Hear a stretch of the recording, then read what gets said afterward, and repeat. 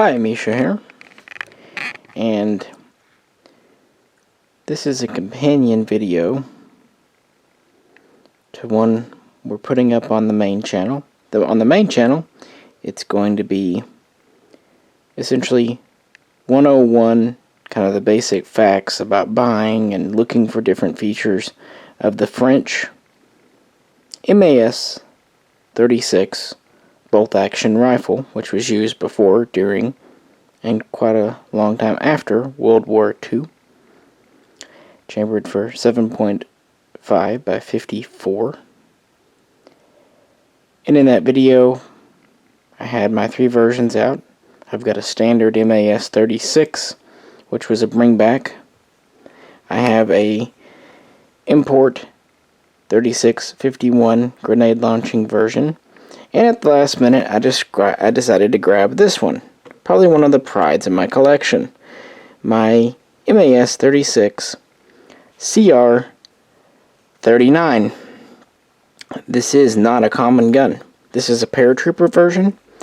It was designed before World War II, but really did not enter into full serial production until after World War II. But then it was used very extensively by French paratroopers and, well, any of their colonies wherever they were used, including Vietnam. Even after these were taken out of frontline service, a lot of them were welded up to be essentially dummy guns and used for paratrooper drop training.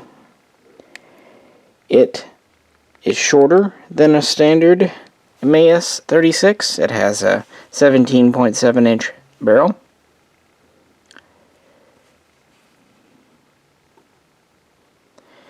It also has a shorter handguard, a shortened bayonet, and of course the folding stock.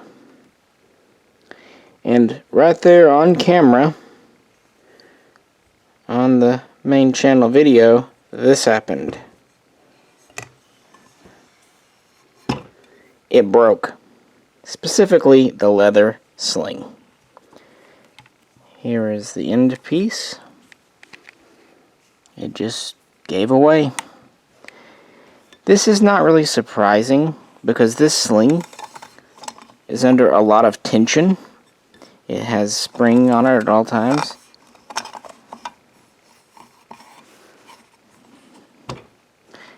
And this is actually what keeps the stock folded. So if you keep this folded up, the sling attached to itself, being pulled down on itself, is what will keep it up against the receiver. When it's unfolded, of course, it locks in the rear. So, but yeah, it just gave way. And of course, if you store it unfolded, this will be pulling down on itself constantly over time. As you see, it's very thin leather. And it looks like it broke at the buttonhole, essentially. So it's a thing. It happened. Actually, looking at the end of the sling here on the loop, it's also starting to crack and give way.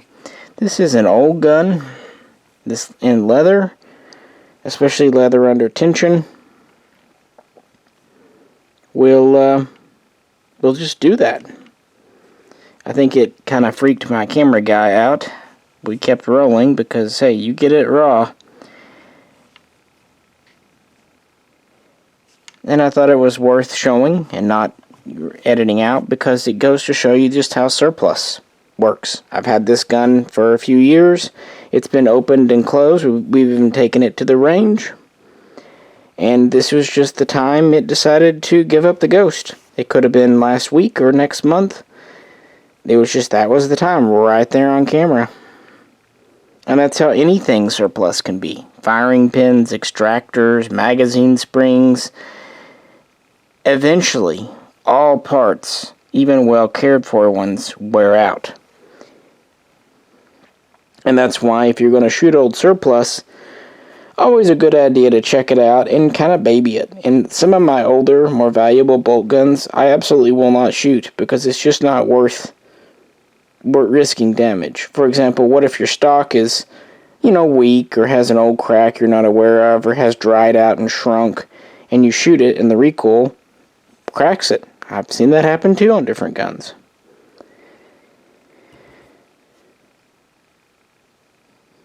So, what am I going to do?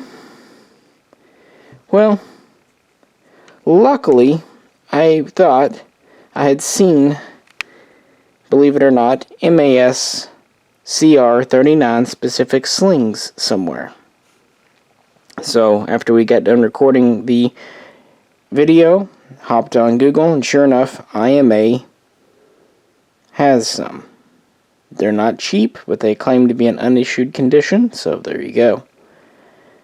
And since this gun is certainly not cheap, it's worth it. So I already had Jay order a replacement, which I guess will be, kind of paid for by our Patreons. It'll probably come out of the Patreon money. I will also try to repair this sling as best I can. And that'll be that. When you deal with surplus and actually do handle it and use it, this is just kind of what happens. So, thought it was worth sharing with you. Why not, guys? But yeah, definitely, if you haven't, check out that video. We've even got an older one over on the main channel of us shooting this. So, that's cool. Alrighty, guys. This is Misha, and I'll catch you very soon next time.